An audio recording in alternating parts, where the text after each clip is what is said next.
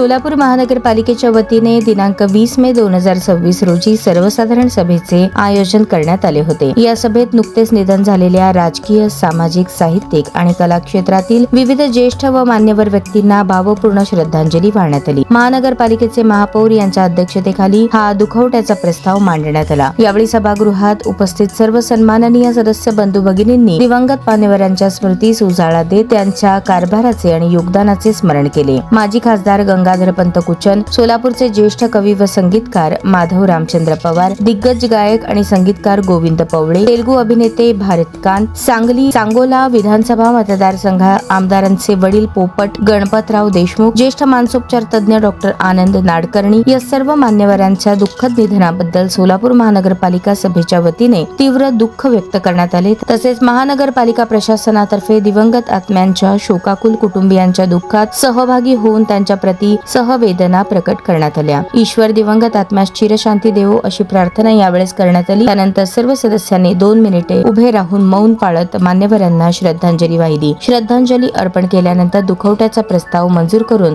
सभा तहकूब करण्यात आली।